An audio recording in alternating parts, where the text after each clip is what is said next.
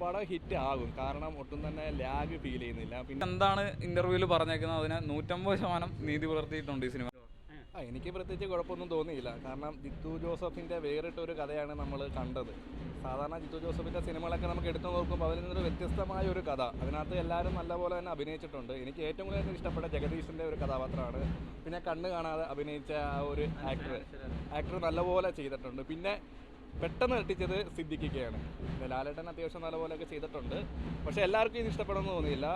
പടത്തിൻ്റെ തുടക്കം തൊട്ട് അവസാനം വരെ ഒരു കോടതിയാണ്, അന്തരീക്ഷമാണ്. അത് നല്ലപോലെ ജിത്തു ജോസഫ് എടുത്ത് വെച്ചിട്ടുണ്ട്. ഇല്ല, പ്രത്യേകിച്ചൊന്നും ഇല്ല. ഒരു കിട്ടുന്നുണ്ട്. കൈയടിക്കുന്ന ജനഗണമന പോലെ അത്ര ഒരു പഞ്ച് ഡയലോഗുകളൊന്നുമില്ല. എന്നാൽ പോലും ബോറടിക്കാതെ നമുക്ക് തിയേറ്റർ എക്സ്പീരിയൻസ് വെച്ച് കാണാൻ പറ്റുന്നുണ്ട് ഈ ഒരു സിനിമ. നിരാശ ഒന്നും പെടുത്തത്തില്ല.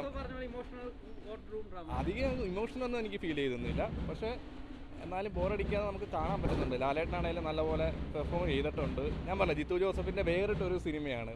നമ്മളെ ജിത്തു ജോസഫിൻ്റെ കണ്ട അടുത്തൊരു സിനിമയല്ല, വേറൊരു കഥയായിട്ട് വന്ന് ഒരു പുതിയൊരു പരീക്ഷണ ചിത്രം.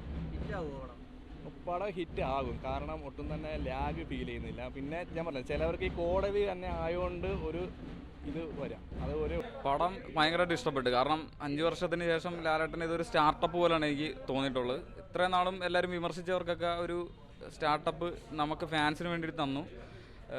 ഇനിയും ഇതൊരു തുടക്കം അല്ല, ഫാൻസിന് വേണ്ടി മാത്രമല്ല, ഇതൊരു തുടക്കമാണ്. മലയാള സിനിമയ്ക്ക് ഇനിയിപ്പം അടുത്ത അപ്കമിങ് മൂവ്സ് എല്ലാം നല്ല പ്രതീക്ഷ വരുന്നുണ്ട്. ഇതൊരു ജസ്റ്റ് തുടക്കം മാത്രമായിട്ടാണ് എനിക്ക് ഫീൽ ചെയ്തത്. ഒരു വുമൺ ഓറിയൻറ്റഡ് സബ്ജക്റ്റാണ്. പക്കയായിട്ട് അനശ്വരരാജൻ ഇതിൻ്റെ അകത്ത് ആക്ട് ചെയ്തിട്ടുണ്ട്.